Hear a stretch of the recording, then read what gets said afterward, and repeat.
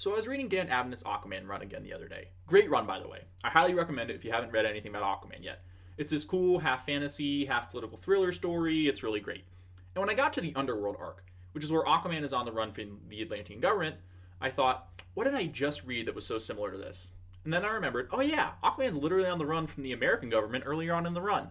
And then I remember Aquaman is also on the run from the Atlantean government in the run right before Abnett's. But I still thought, I was like, wait, I feel like there's another recent story where the hero's on the run from the law. And it turns out it's literally all of them. Now don't get me wrong, heroes being outlaws can make for a really good story. In fact, a lot of these arcs, including Underworld, I like a whole lot. But it amazes me how every superhero now is an outlaw in one way or another. Green Arrow lost his company and was on the run from the law in Percy's Rebirth run. Right after Green Arrow lost his company and was on the run from the law in Lemire's New 52 run. Actually, I don't think there's a Green Arrow story where he actually owns his company. He's not the greatest billionaire in the world. As long as we're on a list of superheroes with green in their name, Hal Jordan went renegade at the start of the DCU, on the run from the Green Lantern Corps, and this is of course after the earlier portion in Jeff Johns' run where Hal Jordan was on the run from the Green Lantern Corps, not to be confused with the time that the Green Lantern Corps was brainwashing Hal Jordan plus the other Earth Lanterns had to run away from the Green Lantern Corps. The Flash was on the run from the Rogues after he battled Professor Zoom at the end of the New 52. There's a whole list of times Batman was on the run from the law. There was that time Lex Luthor was president and put a bounty on Superman's head, which forced Batman to go against the law. There was that time when Bruce Wayne was framed for murder, also by Lex Luthor. There was that time when the police department went corrupt again in Gotham City. They framed Jim Gordon and then tried to hunt down the Batman. There's that time Clayface framed Bruce Wayne for something. I call those Wednesdays. And then there's that time that Two-Face put a bounty on Batman's head. Although he technically wasn't an outlaw here, he was still on the run, and even the cops were chasing him down, so it still counts in my book. There's that time the Victim Syndicate had this great idea that Batman's a bad guy because he endangers lives, so we're going to come up with this great plan where we endanger lives.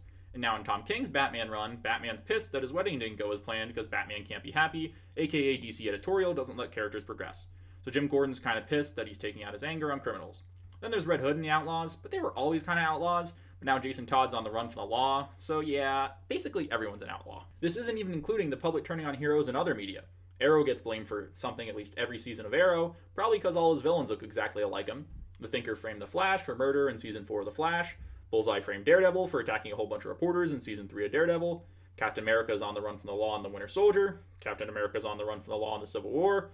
The government doesn't trust Superman at the end of Man of Steel. And because Superman did such a good job of showing the government they should trust him in Man of Steel, the government doesn't trust him in Batman v Superman. Hell, the Batman doesn't even trust Superman in Batman v Superman. You see what I'm getting at. And for the most part, these stories don't bother me, except for the fact that the public immediately assumes that the superhero did the crime with almost no evidence every single time. How long do you have to be a superhero for people to stop thinking you're going to snap and start killing people? This is something I really applaud Scott Snyder's The Batman Who Laughs for doing. In this story, the Grim Knight, who's basically a mismatch of Batman and the Punisher from an alternate dimension, starts attacking Gotham City. And the people of Gotham don't immediately freak out because Batman doesn't use guns. I mean, I love Lex Luthor, but after Superman saving the world at least 100 times, do you still think that Superman's going to wake up one day and say, you know what, I'm going to be a supervillain? It's made even worse by the fact that these people live in a world with actual shapeshifters. Clayface, Everyman, Hush, Jane Doe, even Animal, Vegetable, Mineral Man. All shapeshifters that can pretend to be whoever they want. That doesn't even account for all the villains that look exactly like the hero they're fighting. I mean, how many evil Batman are there? There's the Wrath, the Owlman, both of them, Azrael, Hugo Strange, and now the Batman Who Laughs. I mean, for Superman, we got Bizarro, Zod, the Eradicator, Superboy Prime, Cyborg Superman. And don't even get me started on the Flash. There are plenty of speedsters to go around. Black Flash, Savitar, Godspeed, Reverse Flash, Reverse Flash, Reverse Flash, Reverse Flash, Reverse Flash. Yeah, there's literally 5 of them. Basically, anyone with a bow and arrow can impersonate Green Arrow. The list just keeps going. So why does every single person fall for the same trick every single time? Are you really going to tell me that anyone in Batman v Superman actually believes that Superman killed those guys at the start of that movie? They were literally shot. There is no way any reasonable person would look at that crime scene and think, yep, Superman did that. I could go off on a whole rant about Lex Luthor's mind-numbingly ridiculous plan in that movie, but that's for another time. And of course, Superman doesn't even try and defend himself once. The Capitol building gets blown up. Maybe I should help the people inside and explain my innocence. Nope, peace out, guys. In Daredevil Season 3, did everyone in Hell's Kitchen up and forget that Daredevil saved the city multiple times and has a no-kill rule? Why would Daredevil all of a sudden attack a group of reporters? I mean, I'm willing to let it slide because the Daredevil versus Bullseye fight was amazing, but that's not the point. Overall, I'm not really complaining. I actually really enjoy a lot of these stories. Lemire and Percy's Green Arrow runs are some of my favorite the characters ever had. Sorry though, Kevin Smith's is still my favorite.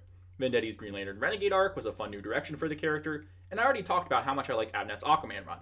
I just think it's impressive how often this story has popped up in the superhero medium in the past several years. And for Green Arrow specifically, I think they're on some sort of clock where they can't go X number of runs without Green Arrow losing his company and becoming an outlaw. But hey, if the story works, I guess they should stick to it.